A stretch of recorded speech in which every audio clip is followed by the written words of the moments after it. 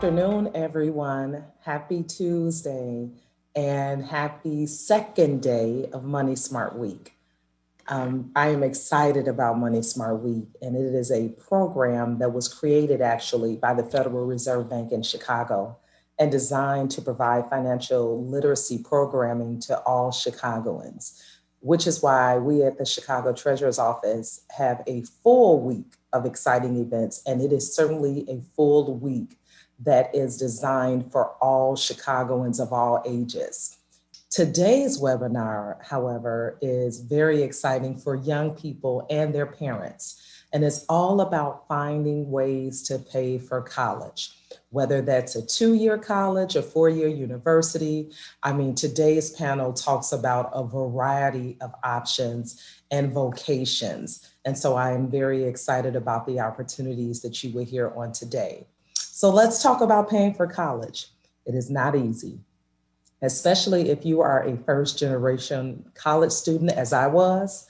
At a Chicago's local university, tuition alone can be nearly $11,000, and that does not include fees or room and board. Even if you're going to a community college, the cost can add up as well. The average cost of in-state community college is about $4,000. Now, there's a lot of advice to save money for our students' college education, starting from the time that they're born.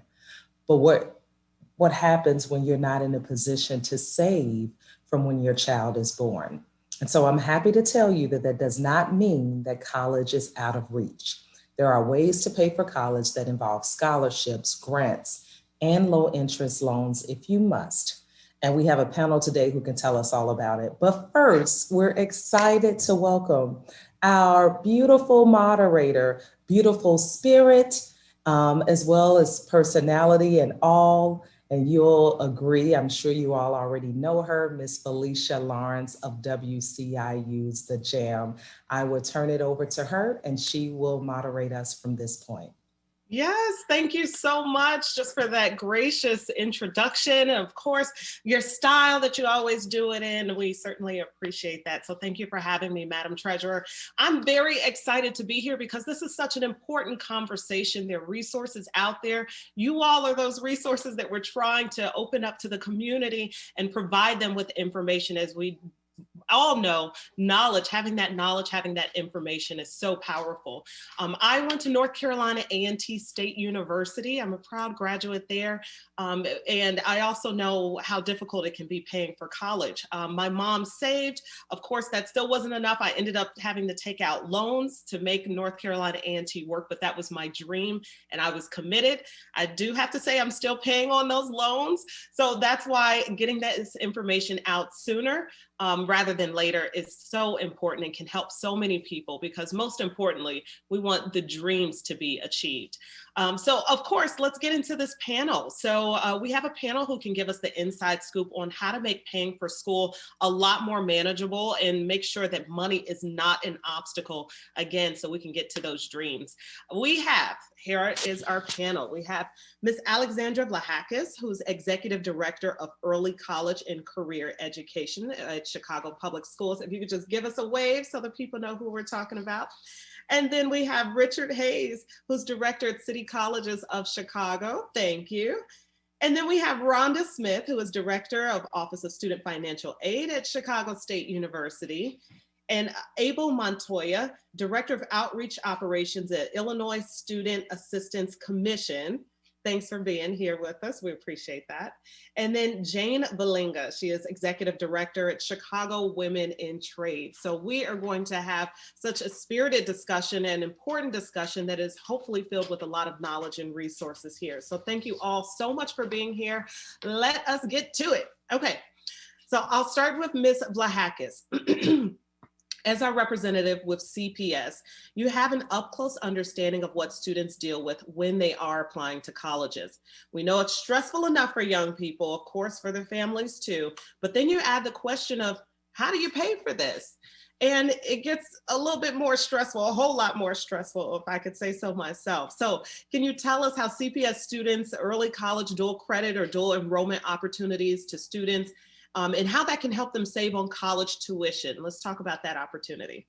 Sure, happy to. So at the Office of College and Career Success, where I work, we provide opportunities for students and their families to make college a reality.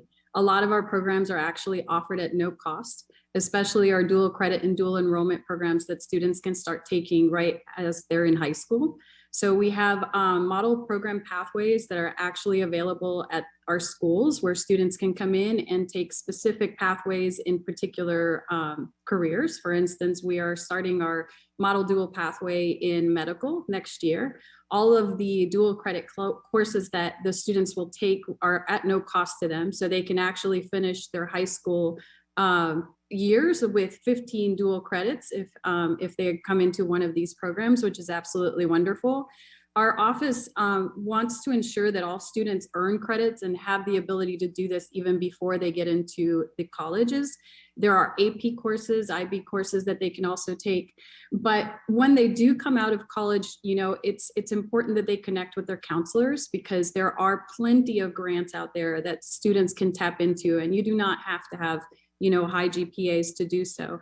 So it's important for them to maximize their scholarship opportunities and, be able to look at them so that they can start to understand what's available for them. Okay, a lot of opportunities out there. Let's get to Mr. Montoya. Can you tell us some info about how Illinoisans pay for college? For example, how many students receive some assistance and how much do they typically receive? Sure. The majority of students receive some type of assistance. The question is what type and from where. What people kind of forget is that it comes from a variety of different sources. Sometimes it's private sources like a scholarship. It could be from the college itself, so institutional aid. It could be from the federal government through the Department of Education, or it could be from the state of Illinois, like from us, from the Illinois Student Assistance Commission. Just to give you an idea, at ISAC, we award the MAP grant, which is a state grant, and we award it to approximately 130,000 students each year to attend a college in the state of Illinois, a MAP-approved college. And to give you an idea as to the amount, the maximum award for a four-year institution would be $5,340 per year, so $5,340. Now, it's prorated for the community colleges. So, for example, if you attended a city college and you had maximum need, the maximum amount is like $1,650, and that goes towards tuition. So the bottom line is it comes from a variety of different sources. It all depends on the students and their specific situation. Okay, everyone is different. So that's why it's so important to get all the information out there and to, of course, check your resources. Ms. Smith over there at Chicago State University. Yes, that's in our backyard. We love it so much. You are director of the Office of Financial Aid. Can you tell us what kind of aid options are available to students at Chicago State and how do they go about applying for them? So we have a variety of aid available to our students. We encourage students to complete the federal application for federal student aid first in order to determine their eligibility for Pell Grant and the MAP grant. Once they have completed that application, we do consider them for all institutional scholarships. So the main thing I would like to mention today is the RISE Academy. So for first-time freshmen entering Chicago State University, will cover the balance of their tuition and fees. It will cover their books and provide a laptop. So for students coming in who are looking for some gap assistance after the Pell Grant and the MAP grant, the RISE Academy Scholarship is there to assist them. We also have the AIM High Scholarship. So the governor approved 2 years ago a program for students to, encourage them to stay within the state of Illinois. So we have the AIM High Scholarship for different categories of students. We offer it to transfer students and as well as Success U students. And it's also there to fill in the gap, as well as other institutional scholarships. So for our continuing students, we encourage them to apply for scholarships through their individual college. So a student in the College of Business, a student in the College of Education, we have scholarship dollars there to assist them with their tuition and fees, as well as the cost of books. And so they can visit our website, csu.edu, under financial aid to apply for scholarships. But for the majority of students, as a first-time freshman and as a transfer student, first-time transfer student, they would not need to apply. we would consider them right away for all scholarship opportunities. Really good to know, just trying to make it easier for, especially for those first year students. And everyone, please check the chat where the resources that we're talking about, the websites that we're talking about, it is located in the chat. Mr. Hayes, you know, you are next. You're with City Colleges of Chicago. You also have a lot of resources. We know City Colleges of Chicago can be a viable option for many students. This program is called the STAR Scholarship. Let's break that down for folks. All right, how are you doing, everybody? I'm a little excited because I ate Oreos right before this meeting, all right? So I'm a little jacked up right here. So about STAR. STAR is a merit-based scholarship. It's a last dollar scholarship with the City Colleges of Chicago. Students need roughly a 3.0 GPA to get into that program. It can't be 2.99 because we don't round up, but it has to be a 3.0, and it covers all of the tuition. That scholarship lasts up to 3 years, okay? So what I mean by last dollar is that first we have the student do a FAFSA application, see what other financial aid comes in. If that doesn't cover all of their tuition costs, then the STAR scholarship will come in and cover everything. That covers undocumented students, that covers any students. So it's not a need-based scholarship. It's just given to students because it's our STAR scholarship. And so students, since our registration period literally just opened up on April 7th, they can start applying now for that STAR scholarship. In addition to that, we also have a dedicated person, an advisor that can help them through the process. So we know that financial aid or just getting aid for college can be an arduous task, right? We want to keep it simple, just a little salt and pepper. That's it. Want to keep it very simple, all right? So we have our person, Rhonda Hampton. She's over the STAR Scholarship Program. She also has advisors that will help these students get through that process as they apply. They normally get a response back within 10 days after they apply to City Colleges. So they apply to City Colleges, then they can go right into their student portal, apply for the scholarship, and then they'll go through that process of getting their transcripts over and making sure they have all the pertinent information. So it's a great opportunity, great program, and all you need is a 3.0 GPA.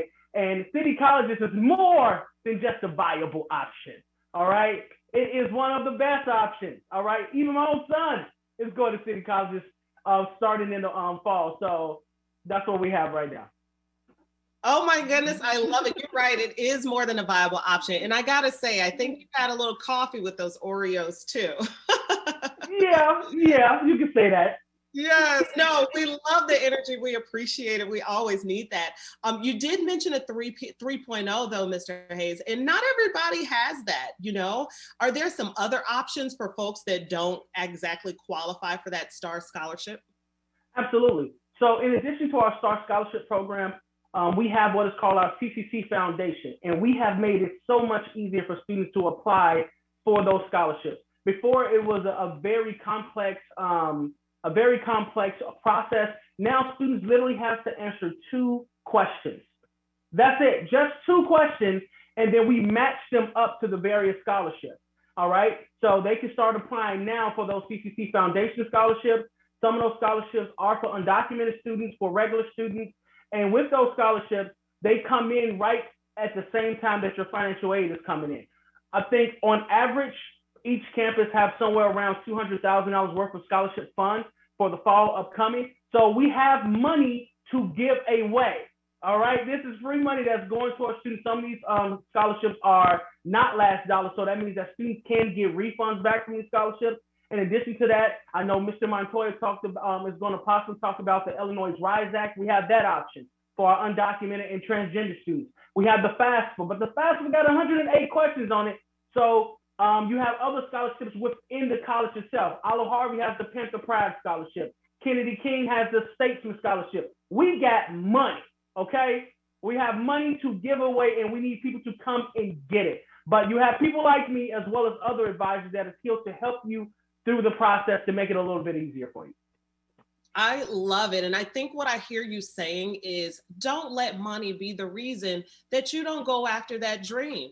Don't let a 1/10 of a point on your GPA be the reason that you don't go after that dream. And I know plenty of people who maybe got through high school and then went on and accelerated in college. So don't let anything stop you from going to get that dream. And as he said, we got money. They got money. They got money. They're the And one. also, Felicia, I just want to say that with those scholarships at the foundation, they only require a 2.0 GPA. There you So if you don't have the 3.0, you got a 2.0, we still got you covered. Okay, well now before we move on, we got a couple questions, and you guys can clarify if you want me to go with these questions or keep it moving. But I do see one from Mr. Hayes. It says, "What if you were a STAR scholar and then you took a 1-year gap? Can you reapply for STAR scholarship?" Absolutely. The STAR scholarship has a 3-year duration from the time that you get accepted for the scholarship. So if you take a semester off, you can come back, meet with your advisor, and we can get you right back into that scholarship program without any issues. I will say this, STAR scholarship does follow a satisfactory academic progress. So if we have a student, say for example, in the first year, and this is one thing we did at CCC, we changed up the entire SAP policy. I know because I wrote it myself. So now we're giving more flexibilities to our first year students. So if they don't get it right the first time, they got some flexibility there to help them out. But if they fall into a satisfactory academic progress issue, then they can go through the SAP appeal process, attend one of the workshops. We get them right back into good standing. So we're trying to do everything we can to enhance that student experience. Okay. Can I just share something really quickly? I just wanted to share that Chicago State University does partner with City Colleges of Chicago Yes. on our scholarship, so that when students transfer from City Colleges to Chicago State, they are given $2,000, $1,000 per year to continue the Star Scholar program. And they simply apply at the beginning once they transfer from City Colleges, and they are meeting the same qualifications, meeting SAT, meeting the GPA requirement, and they receive that scholarship. Absolutely. That is absolutely true. We transfer a lot of students to Chicago State. Rhonda, me and you got to go do lunch. We got to go talk about some things. All right. I love it. That's what this is about, the synergy here and the networking. We're going to move on to all the people putting questions in the chat. Know that I am not ignoring you. We got a lot of information to get through. Keep putting those questions in, and we're trying to come back around and get them at the end, because some other folks might have a similar question too. So keep pumping them through, and we'll try to cover as much as we can today. Mr. Montoya, let's go back to you. What does the Illinois Student Assistance Commission do, and how can students and families use your services to prepare for paying for college? Sure. So ISAC does a number of things, but what our specific unit does is that we go out and help kids fill out those applications. We help them search for those scholarships. We help them navigate the process, because the process could be a little bit daunting at times, especially if the student is the first in their family to go to college. You know, like I was. My parents had no clue how to help me. They wanted to help, but they didn't know how. So our staff will go out into the community, of course, right now virtually, but eventually in person, to assist students filling out these applications, whether it's the free application for federal student aid, which is the FAFSA, which is the form for federal and state aid, and which many colleges also use for institutional aid, or for those students who don't qualify for federal aid, they use the alternative application for Illinois financial aid, which was the application that was created as a result of the RISE Act.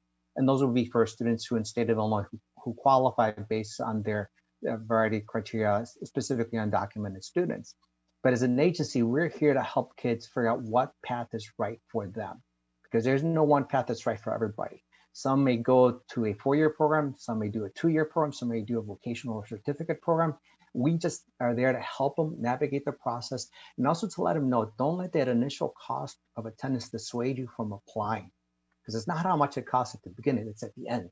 When you get that award letter, that determines what is viable financially for your specific goals or career objectives. Now, can I mention, Mr. Montoya, and then whoever else feels like they need to jump in? I know that there's some students who get concerned because FAFSA can seem daunting, I remember. And especially if you don't have those parents who have filed taxes, or for whatever reason, they're just not able to get it done. You know, people come from a variety of backgrounds and situations at their house. What should they be doing if that student feels like they're alone and they can't get this FAFSA done, or they don't have their parents' participation with this? They can contact us. If they go to our website, it's studentportal.isac.org/ISAC core, and I'll put it in the chat, so we'll have it there. You have the URL. They just enter the zip code, and it'll pop up with the people in the area that can help them fill out that form, or direct them to the proper person or agency or unit that can help them, say, perhaps fill out that tax return that their parents haven't done or weren't able to do.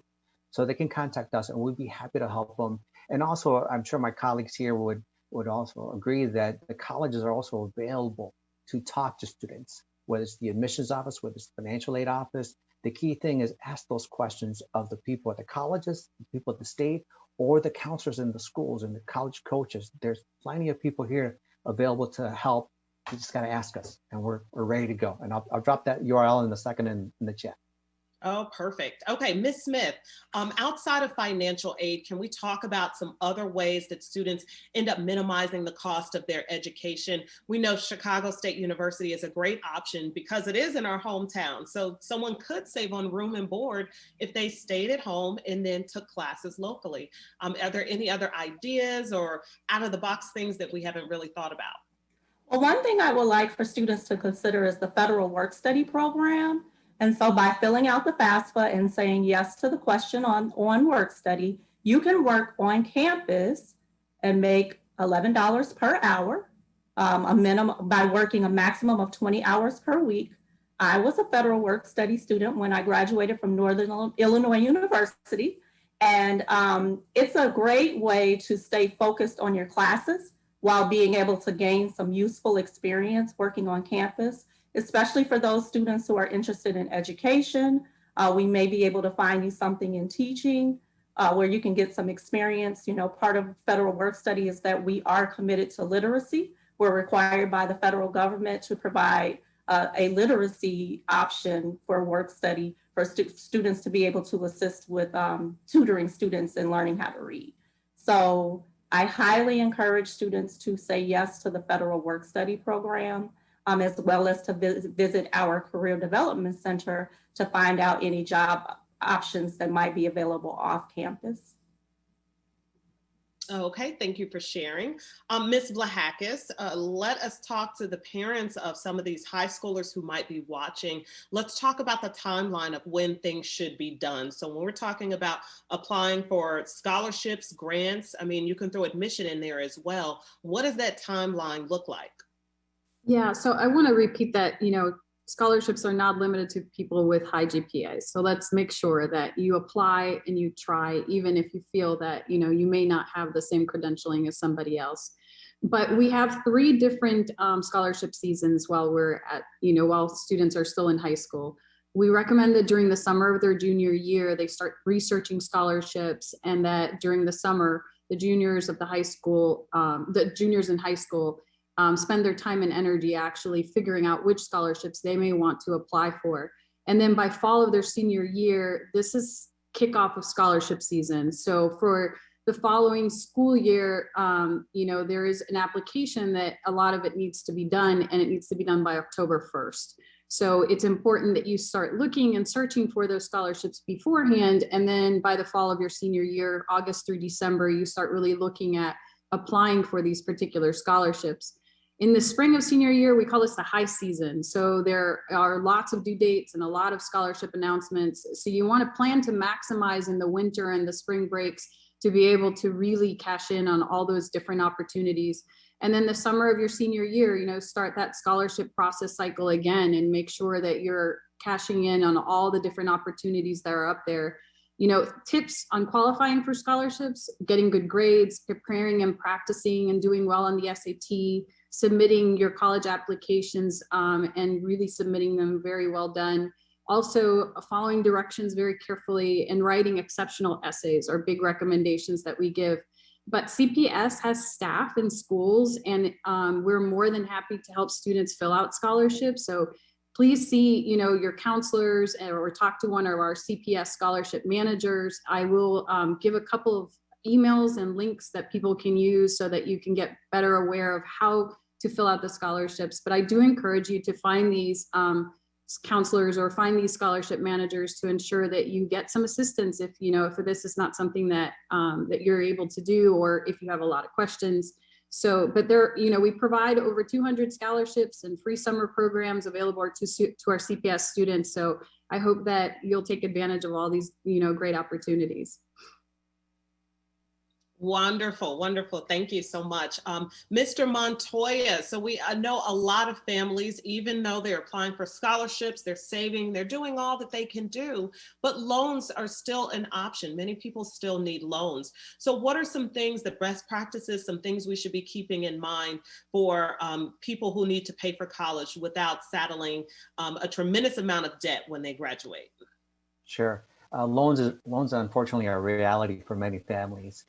I always tell families, only borrow what you need and no more. Try to borrow responsibly because these loans will have to be paid back. They're not dischargeable in bankruptcy. Okay, so sometimes people forget about that piece. Now with student loans, there's a few things you have to keep in mind. Where are they coming from? Basically, who is offering them? What's the interest rate? Is it fixed? Is it variable? Is it subsidized or unsubsidized? And subsidized loan would be a loan where there's a need component and the Department of Education takes care of the interest while the student is still enrolled in college. So that little small detail about subsidized versus unsubsidized can be important. And then also understand the repayment options. As I mentioned, I work for the state of Illinois, but in my opinion, the Department of Education has some of the better loan terms because their interest rates are fixed, they're typically low. And then if someone has some difficulty paying the amounts back, they can get into an income-driven repayment program based on their income. But the key thing is borrow responsibly. Now, parents sometimes get in trouble when they borrow too much through Parent Plus loans. And those are loans that are taken out specifically by the parents. And I tell the parents, think about your specific situation. How many other kids do you have that are potentially going to college? Because this Parent Plus loan that's being offered for that first year, you'll probably have to take for the second year or for however long the program is. And if you have other kids coming through the line, what about them? What's going to happen to them?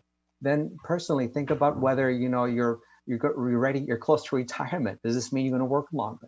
Okay, because like the student loans, the Parent Plus loans are also not dischargeable in bankruptcy. So proceed with caution. Talk to your financial aid office at the college to make sure you understand all the loans that are being offered and what that means. Because as a student or as a family, just because a college offers you a loan doesn't mean you have to accept it. You can decline it if there's other ways by which you can make up the difference. And hopefully it could be through some of those private scholarships or perhaps even working in the summers beforehand or during college. Now, I tell students, don't work full-time and go to college full-time because that's becomes quite challenging for your academics. Balance your schedule. But with loans, only borrow what you need and make sure you read all the details before accepting the loans. There we go. Thank you so much. Now we know that college is something that a lot of schools and programs, they push for this, but the reality is not everybody will go to college, which is why vocational school is such a good option as well. Ms. Valinga, she is the executive director of the Chicago Women in Trades. As we said earlier, you are clearly an expert on trades and vocational education and making sure that that is an option for women too, because they need different options as well. So can you just tell us a little bit more about what you do, why some students should consider pursuing a career in the trades rather than traditional schooling? Oh, you're muted, Ms. Valinga. Of course I'm muted. I don't know how many months of this we have to do before these little bubbles stop happening. Love it. It wouldn't be 2021 without it. That's right. Good afternoon, everybody. Thank you. So I just want to talk a little bit about apprenticeship, which is the earn while you learn pathway to high wage careers. And it's another option, obviously, that young people and their families should consider. Right now, the U.S. Department of Labor is investing very heavily in apprenticeship, starting apprenticeship programs in all kinds of sectors, including healthcare, IT, manufacturing, and of course, construction, which is what we're focused on at Chicago Women in Trades. So the organization was founded by tradeswomen nearly 40 years ago to improve women's economic equity by increasing their participation in blue-collar, male-dominated occupations such as construction. This is important because women still earn less than 80 cents for every dollar earned by a man, and it's even less for women of color. While there are many reasons for the disparity, one of the important ones is that 70% of working women are clustered in female-dominated occupations. And you can imagine what they are. You know, they're in healthcare, they're in the service industry, hospitality, childcare, and these jobs tend to pay substantially less in many cases than the jobs that are traditionally held by men. Construction apprenticeship programs offer starting wages averaging around $18 an hour right now. And though they are competitive processes to get selected, the requirements for entry typically don't go beyond a high school diploma or GED, a driver's license, proof of eligibility to work in the United States, and the ability to pass an aptitude test, which is usually, I would think, I don't know exactly, but between 6th and 8th grade level. So something most high school graduates can handle. To help ensure that women are competitive applicants, Chicago Women in Trades provides free pre-apprenticeship training, which includes math and test preparation, basic construction skills, and hands-on experience. And for this, we do most of our hands-on experience in collaboration with the apprenticeship schools. So they actually go there, do projects there, work with the instructors and the tradeswomen who belong to that union. We do physical conditioning and workplace readiness to help women understand and negotiate the culture and expectations of the industry. Our new tagline is build a career, join a sisterhood. And one of the things that's very important to us as an organization is to provide that community and support, because it's still pretty challenging for women to enter these male-dominated occupations. But the rewards for many women outweigh these challenges. Once you're accepted into an apprenticeship program as a carpenter, electrician, plumber, or other trade, apprentices receive 2 to 5 years of paid on-the-job training, and depending on the program, paid or mostly paid or at least free classroom training, receiving wage increases as they complete the training and experience milestones, but at least annually. So at the end of their apprenticeship, which is 2 to 5 years, journey level trades workers are earning between $40 and $50 an hour with full benefits, including a pension. So that's rare in itself. Most programs also have articulation agreements with colleges. So I know with city colleges, meaning that apprentices receive college credit during their apprenticeships and can usually earn an associate's degree by taking just a few additional classes. So if you want to find out about each of the individual apprenticeship programs, you can go to Cisco's website. It's www.cisco.org. I can put it in the chat if people are interested. There are some financial challenges to be aware of. Many of the programs require new apprentices to complete unpaid pre-job training lasting up to 12 weeks. New apprentices have to have access to transportation. They have to have a car, and there may be tool, book, and union initiation fees. So Chicago Women in Trades can help its participants with these costs, including stipends for completion of pre-job training. And other students can access support through Hire 360's Barrier Reduction Fund. So I think you can just find that online through Hire 360. So I don't want to sugarcoat this pathway. It's hard work, and there are plenty of challenges to overcome for women. But for people who want an essential in-demand skill and enjoy working with their hands, I would encourage them to reach out to us. You can get started at our website, www.chicagowomenintrades.org. We offer weekly information sessions and can help guide women through this process into a successful career in the construction industry. Thank you.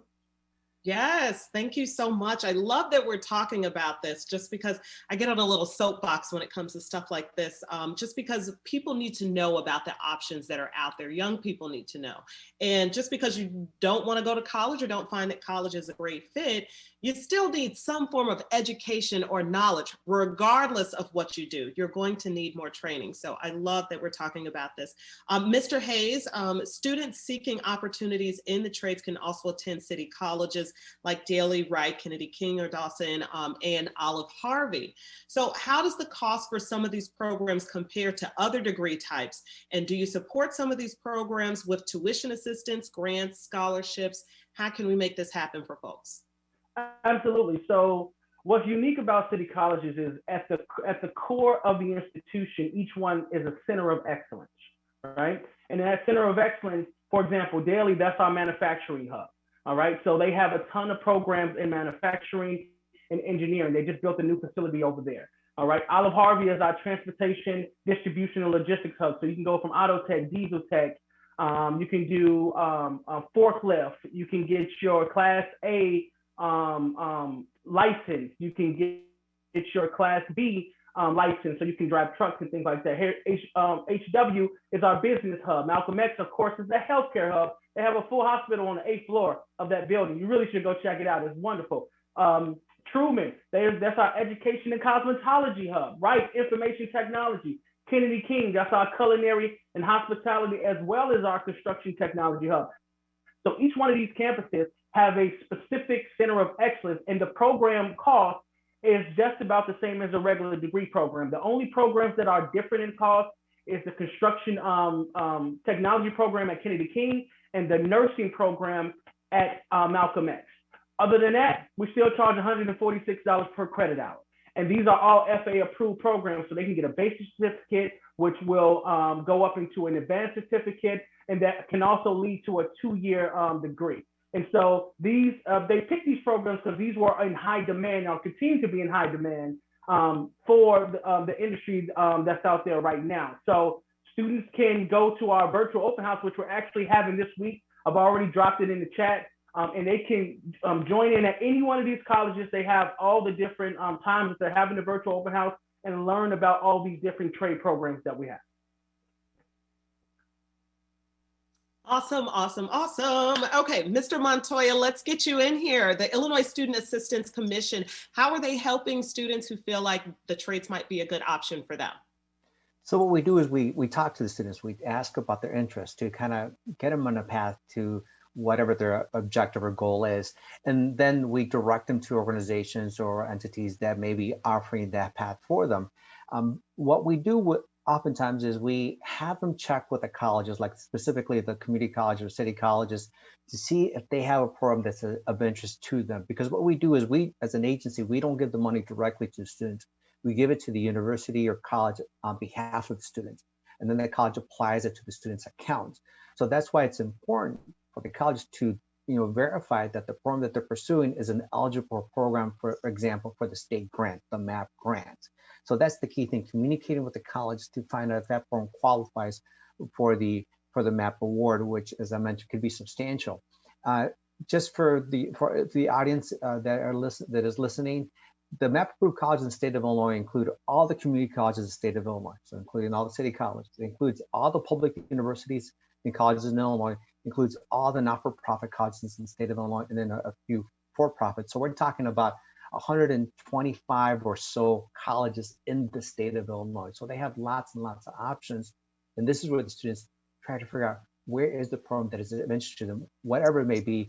Or maybe it's a certificate program, a trade program, an associate's program, or a baccalaureate program. It's all a matter of students' perspective and interest.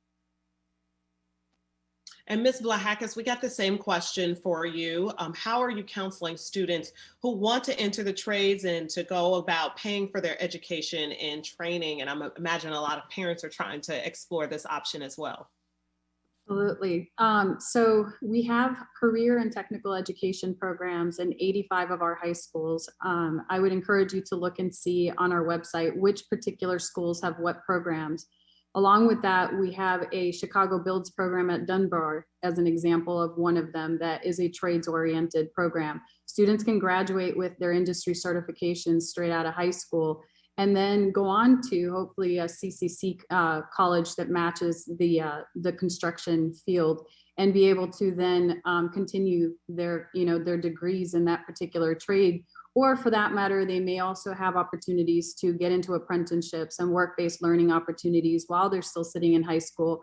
We have about 500 to 1,000 students who get placed in internships throughout the city for the summer, and it's actually paid internships. So they are matched with particular careers and different companies that they may be interested in working in, and they have the opportunity to do those internships while they're in their junior or senior year.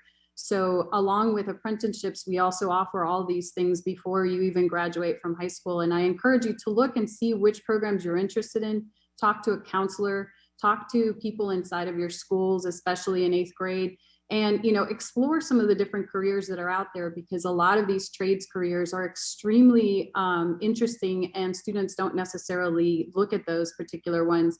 We have manufacturing as another option. So there's so many opportunities out there, and it's about just asking and getting some assistance and trying to figure out which one is a good match for you. Yes, and yes. Okay, great. Mr. Montoya, let's come back to you for a second. As the treasurer, Madam Treasurer mentioned earlier, it would be great if everyone could start saving for college as soon as they come out the womb, but that is not the reality for a lot of people. So I'm wondering what you can say to expectant parents or parents of very young children who really don't have a lot of disposable income, but I imagine a little bit can go a long way, even if it's just 25, 50 bucks a month, whatever you can. I imagine that could really help. Absolutely, it really, really can help.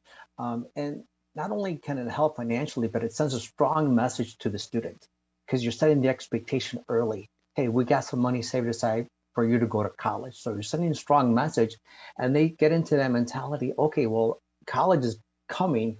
Let me get prepared by getting good grades, taking the right courses, so I can qualify for those institutional scholarships, those merit-based scholarships, apply to these institutions that perhaps give me a lot of institutional money.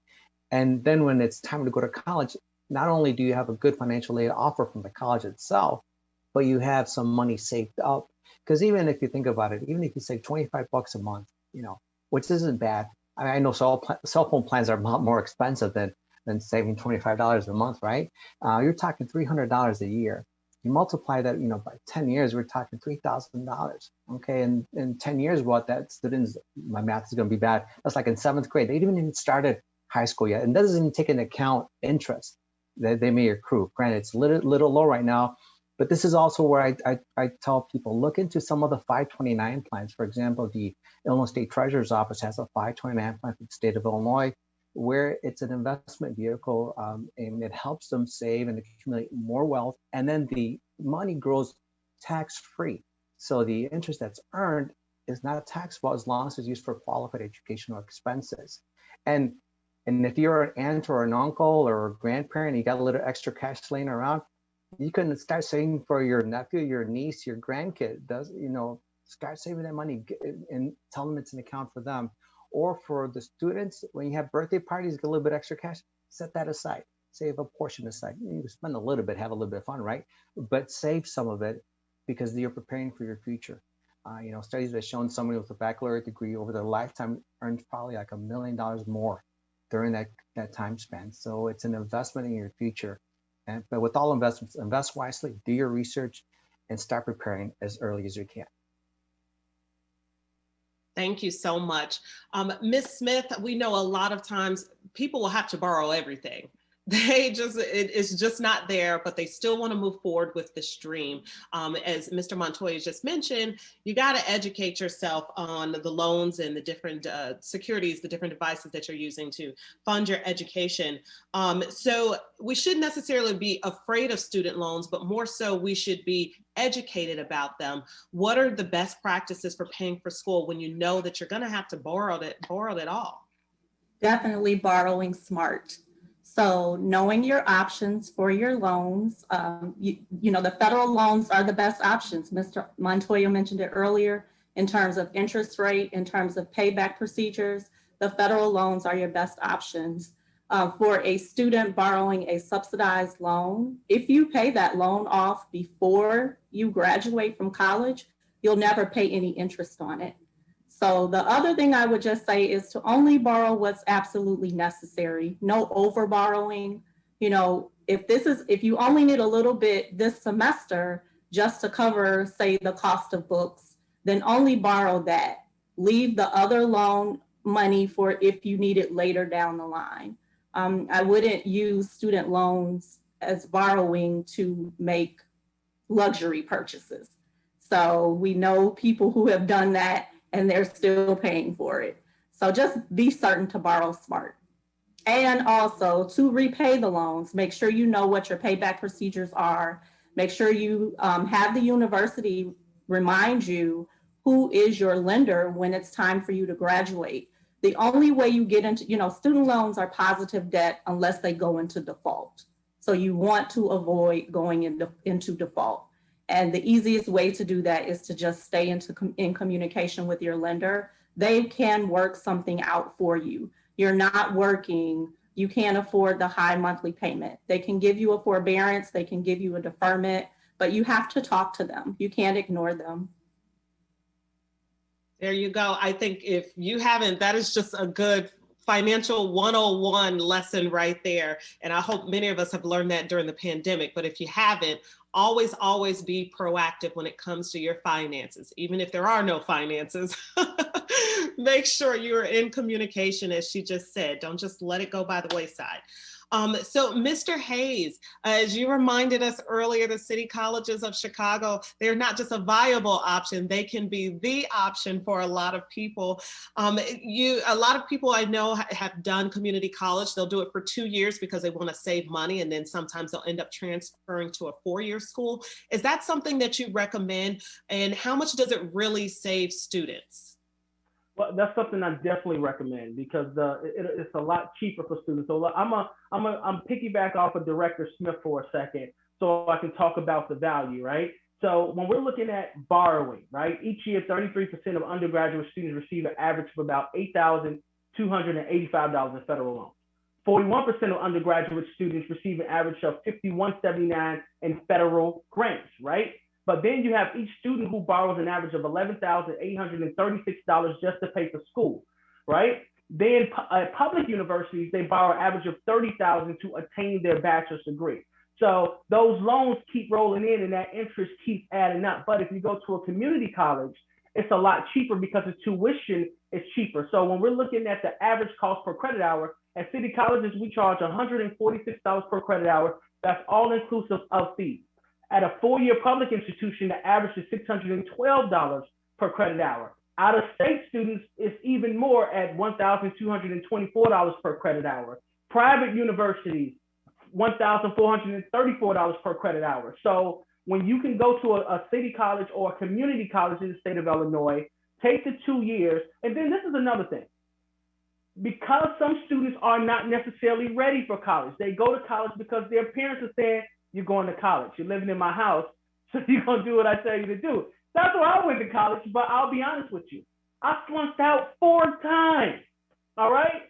I went to SIU, all F's, but I went to all the parts, okay? I came back. I went to Northeastern Illinois University, flunked out again because I wanted to work. Then I went to Malcolm X, flunked out again, but now I have 2 master's degrees because those first years I wasn't ready. I'm just being honest. Some students are not ready, so now you have an option where you can test the waters a little bit. Dip your feet in there to see if the water is cold or see if the water is hot, all right? And then you can do it at a cost that's not going to hurt you in the long run. And don't get me wrong, places like Chicago State is a great option. I love that school, all right? Other 4-year institutions, UIC, Illinois State, they are great options. But if you are not sure about whether you want to go to college or not, you don't want to be unsure and spending a lot of money at the same time. All right. If you're going to be unsure, you take the easier option. Say, hey, let me check out the city colleges or community college in the state of Illinois. And then I can transfer over and then get scholarships to transfer over. As Director Smith said, with the Star Scholars Program, they can get scholarships to transfer over. And then we have what is called dual degree programs where they can get more scholarships to transfer over because now they've built up that network. All of these schools work in tandem. We work together because we got one goal. That's to get you to a credential or a degree. All right. You may not want an associate's degree. You may just want a certificate, or you may want a 4-year. You may get that bug and say like me and went and got 2 masters. And then I lost that bug when I tried to go for that doctorate program and realized that, yeah, too much for me. All right. So there's definite value in trying to get a credential at the cheapest possible cost, as opposed to spending a lot of money, especially for parents too. Parents borrow on an average $12,000 a year for their students. You add that up over 4 years, including the money we got to pay for food, for everything else that's not included in that cost of attendance, it adds up. Well, you are certainly a walking testimony. We all know a good comeback story, or a good comeback 2, 3, 4 time story. It's all a good story. That's a testimony for certainly folks at home. And then especially for parents to listen up, like know your child. And students, you have to know yourself. But I think the answer is not to do nothing. The answer is to find the right option for you. I think people say, 4-year college or nothing, or all the way or nothing. No. There's a lot of in between. Find the best option for you. So we want to close out this part of the program. And Ms. Vlahakis, I'll send it to you. I'm hoping that you can share some words of encouragement. I mean, this entire panel has been encouraging for sure, but some advice to students who they've done the work and they want something more for themselves, and they are feeling overwhelmed already when we're talking about scholarships and financial aid and how to get this done. They're nervous about borrowing. What do you want to tell them? I want to piggyback on Mr. Hayes, and I want to tell you that I started at a community college, and I have 2 masters now, one from Georgia Tech. So yes, you can do this. So you absolutely can succeed. And I would encourage you again to start your career exploration in very young grades. There are plenty of classes that we offer at the high school level where you can really truly see if you're passionate about an individual area, whether it's a trade, whether it's health, whether it's digital media or computer science. All of those courses are available to you. And I would also tell you that don't put a pause on your future. Continue to work towards achieving those futures. It was not easy for me. I paid for my own college. I've been there, I've done that.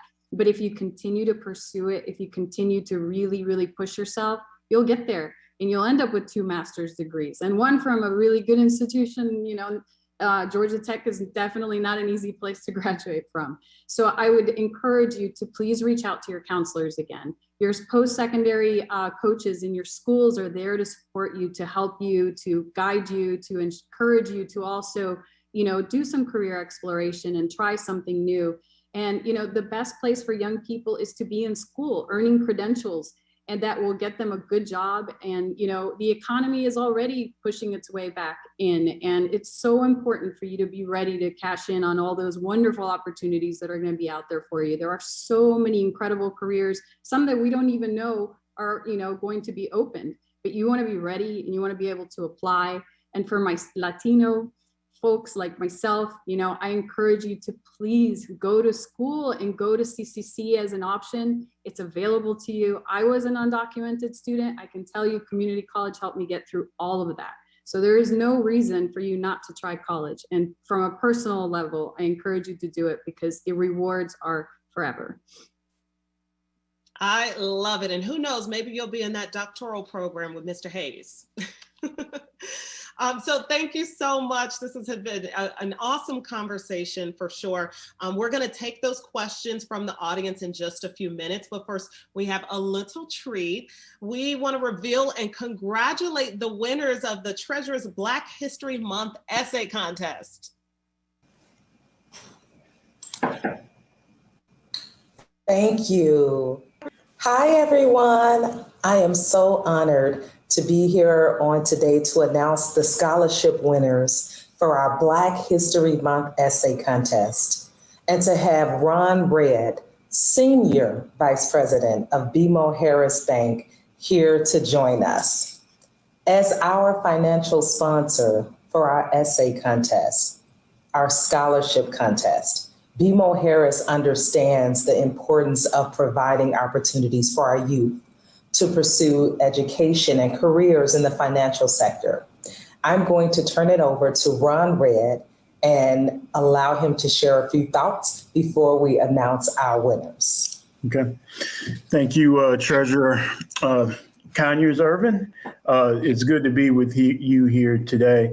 And BMO Harris is so thrilled again this year to sponsor this essay contest and sponsor this event.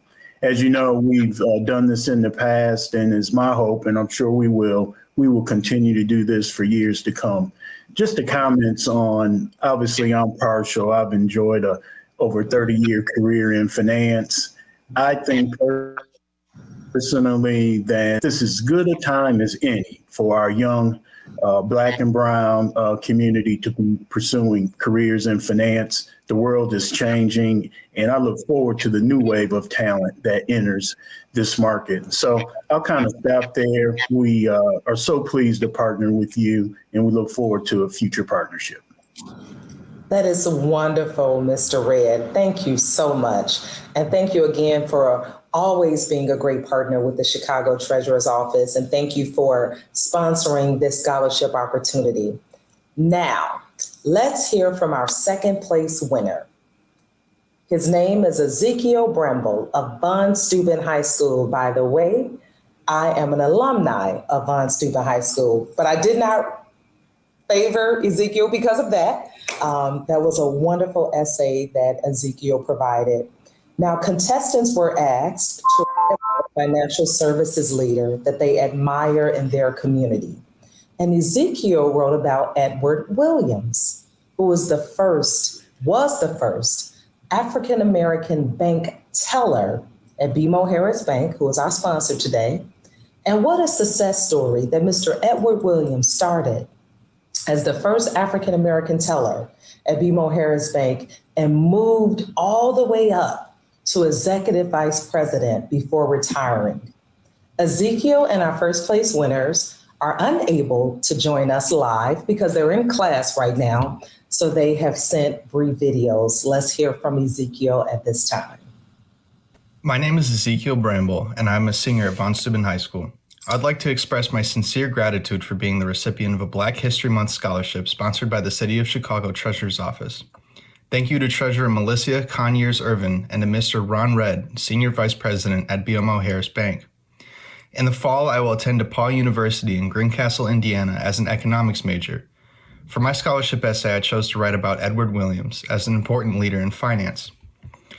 Edward Williams was the first Black teller at Harris Bank, who eventually became the Executive Vice President of Community Affairs. But behind the titles he achieved at Harris are many, many examples of his care, concern, and deep commitment to helping his community. Edward Williams is an important figure in Black history and in the history of Chicago. I aspire to become the type of leader who people can trust and can rely on like Edward Williams. I see him as a role model. Thank you again for this generous scholarship. Good. Thank you, Ezekiel, for your wonderful essay, and congratulations on your $1,000 scholarship. Your words about Ed Williams ring very true. You know, when I joined BMO Harris Bank in 1998, Ed was an executive vice president and served as a mentor to all, including me. I marveled like you at his career. Ed is retired over the last kind of decade, but he still is that mentor and still a leader in the banking industry. So it is with delight that I think that we all have the great pleasure of Ed Williams preparing a special message to you, Ezekiel. Here goes. Surprise, Ezekiel. This is Ed Williams, and I'm calling to congratulate you on this very exciting achievement. I read your write-up and was just absolutely blown away by your terrific writing skills. And I don't know how you found me, but I'm truly honored and personally thrilled to be a small part of this significant achievement on your part.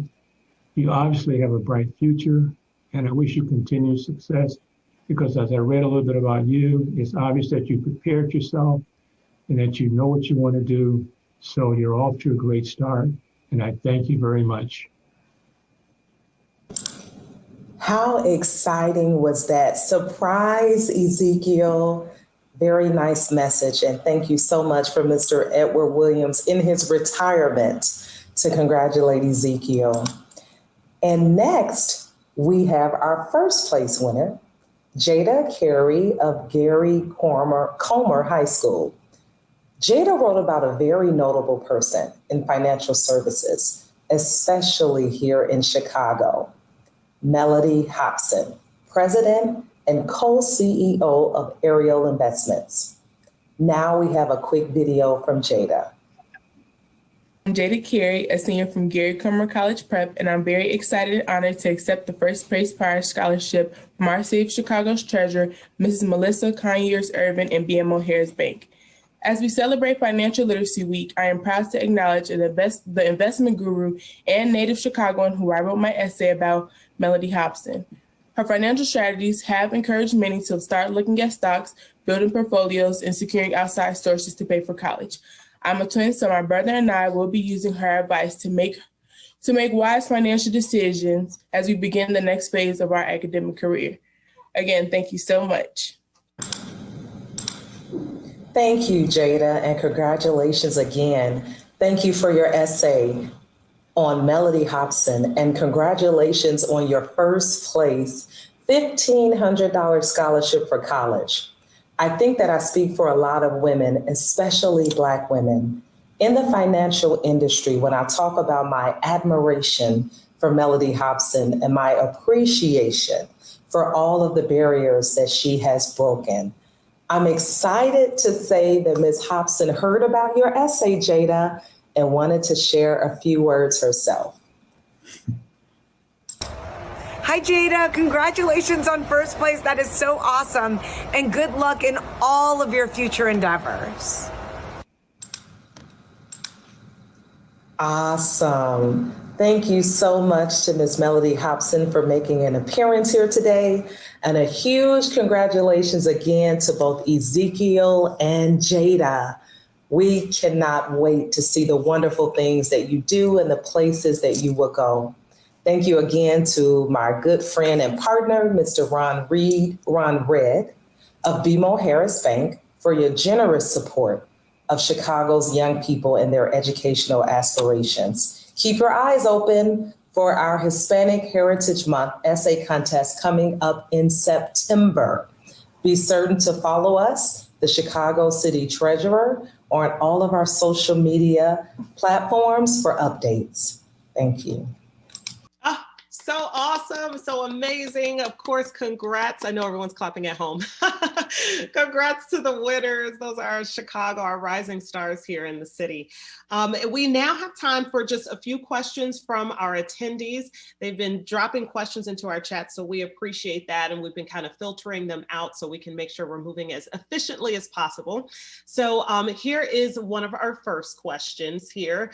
Are there scholarships for adults who are continuing education available at your institution, or continuing education available at your institution? What about for senior citizens? You know, we have a lot of people who are looking to do their second act. So who would like to start? Mr. Hayes, you look ready.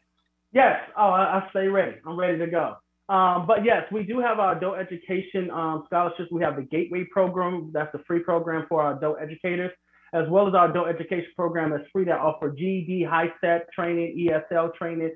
And also we are actually creating a new ability to benefit process in which we can help adult educators transfer over into semester credit degree programs. All right. In addition to that, our senior citizens, if you're 65 age or older, you can register in our credit courses tuition free. All right. So we have that also at City College of Chicago. Really good.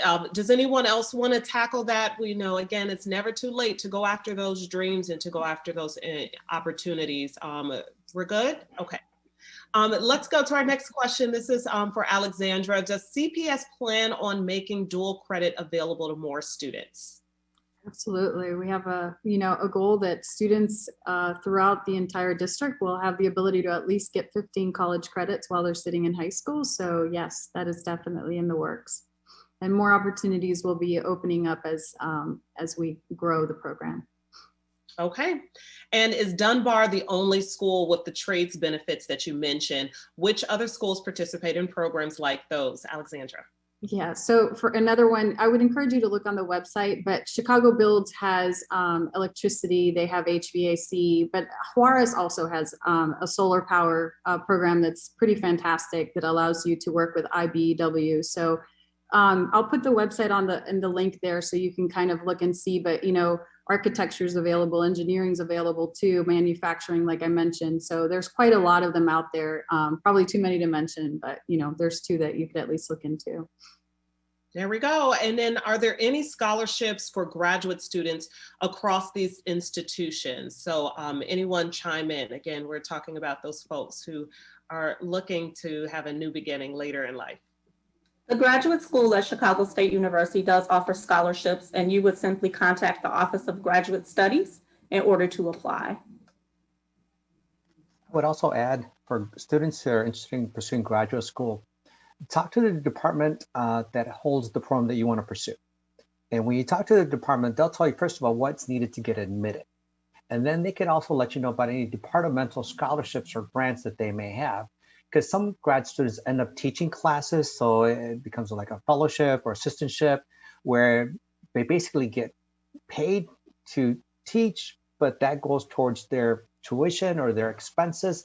So each institution is different. So the key thing is communicate with the department, find out what it takes to get admitted, and then find out ways by which people can pay for those programs. I love it, you guys. I think that the underlying theme that we have throughout all of you guys, your presentation and your questions, your answers, the commentary that we've had here today, is that there are opportunity out there. There is opportunity out there. There are options out there for you. So please use your resources. Go after those dreams. Don't let a dollar sign keep you from it. So thank you so much for all of you guys' engaging information and direction to people who are looking to go after those dreams. Madam Treasurer, thank you for having me. I do want to turn it over to you. That was so awesome. I have to tell you all, I am so inspired. I don't know how this panel could have been any better today. So we're talking about Money Smart Week. We want to get smart about our money. The best way to get smart about your money is saving money. Keep money in your pocket. I'll tell you, Felicia Lawrence, her spirit today, I mean, amazing. This panel rocked. So I want to give her a hand because this was awesome. And it was so much information. She was like on top of it. She is a very bright young lady and we look forward to her future. So thank you, Miss Felicia Lawrence, and everyone. I'm telling you, this was great. Richard talked about cookies, by the way. It is Girl Scout cookie season, and I just ordered them last week. They were delivered today. I was like, why are they here already? Because I didn't need to start eating them. So I'm looking forward to diving in. You too, Felicia? Yeah, I was gonna say they're here just in time for our summertime fun. When we're supposed to be getting ready, they arrive. I'm like, oh my gosh. So really great. And I want to make certain that parents and students are listening, that there are so many options. I think it was Richard that said there is money in all colleges and universities. And I think Abel mentioned that there were over 100 colleges and universities throughout Illinois. Did you say that? Like, I didn't know that. Over 125. Over 125. There are so many options and they have money. So what did they say today? Don't let your GPA and don't let your lack of funds stop you. Oh my gosh. So parents, youth, take advantage, be an advocate for yourself. And again, wonderful panel. Congratulations again to Ezekiel and Jada. Look out for our next scholarship opportunity and follow us for the rest of this week, Money Smart Week. Go to chicagocitytreasurer.com/Money Smart Week. We got a lot of great stuff coming up. By the way, for those that watch on Facebook, that's great. And we do Facebook Live, but a lot of people have questions. And so the great part about registering through the link, you can register through the website, as I said, but also you can even register through social media on our social media pages. But when you register, you get supporting material afterwards, which is very important. So please make certain to register for these events. Even if the event is already passed, try to see how you can register for it. Thank you. That is it.